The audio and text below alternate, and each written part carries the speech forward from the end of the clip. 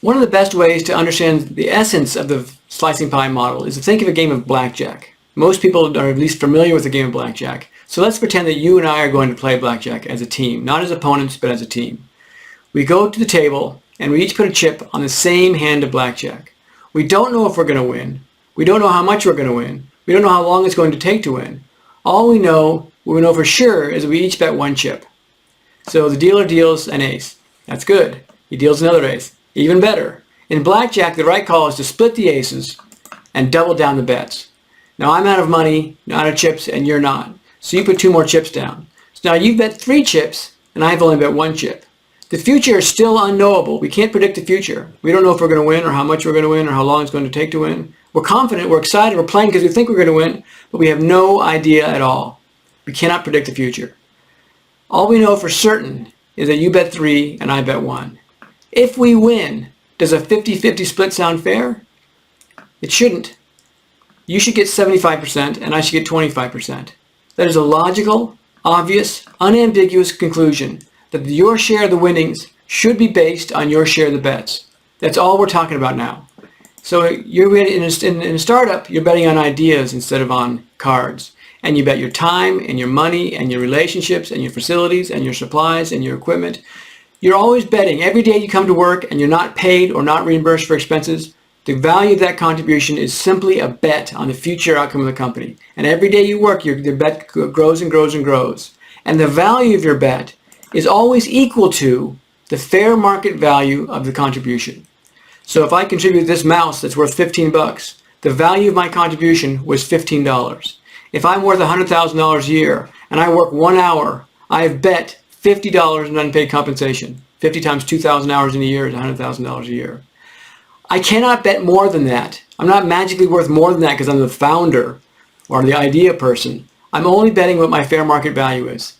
It's much, much, much, much easier to determine fair market values than it is to determine future values of unknowable things. We all know roughly what we're worth to an employer to get paid for our knowledge, whether it be labor or knowledge worker or whatever we're doing. If you're a lawyer and you're charging 500 bucks an hour, your fair market value is $500 an hour.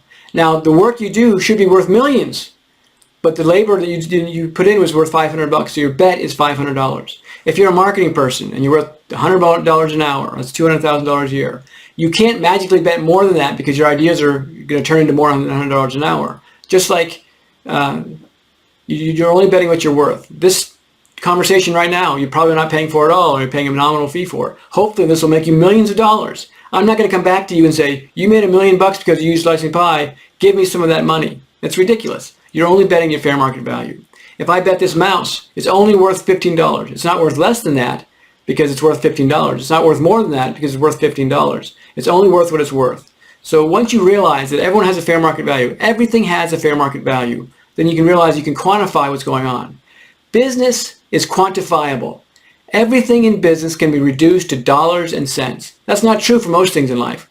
We can't determine what's fair for a sentence for someone who commits a crime. We don't know what's fair because is it 10 years in prison or 5 years in prison? It's not quantifiable. It's too ambiguous.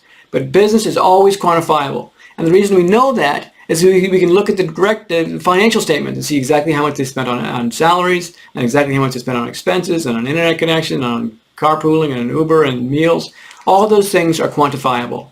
Because you can quantify business, you can calculate exactly what each person's share should be. Exactly. Not sort of, but exactly. If you can negotiate fair market values, which you can because you're business people, then you can calculate equity splits because math is possible.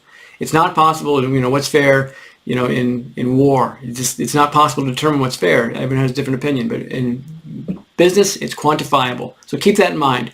Whatever you're contributing to your startup company, whatever it happens to be, it is quantifiable, and it can be measured and tracked and used math to figure it out. So the basic principle behind Slicing Pie is that a person's share of the equity should be based on their share of the bets. That's all we're doing. We're simply observing the bets on the table, tracking who made what bet, and dividing up equity based on that. It is a logical, obvious, unambiguous way to measure equity. Every other way is based on guesses about future events, estimates, rules of thumb. It's guaranteed to be wrong. I promise you, no matter what you're thinking right now, as soon as you get your head around what's going on here, as soon as it clicks for you, you'll get it and you'll see that it's fair. There are two parts of slicing pie. The first part is called the allocation framework, the allocation logic. How to split up equity based on this betting concept that I talked about from Blackjack. And the second part is the recovery framework. How to get equity back from someone when they leave the company. Because people leave the company all the time and you got to get equity back from someone to prevent having dead equity in some cases. This animal you might see around is called a grunt.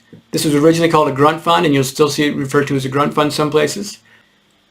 Slicing pie is a universal, one-size-fits-all solution for the allocation and recovery of equity in an early-stage bootstrap company. That means it works exactly as I described any place in the world with any kind of business, no matter what you're doing. It always works. If you're bootstrapping, slicing pie always works.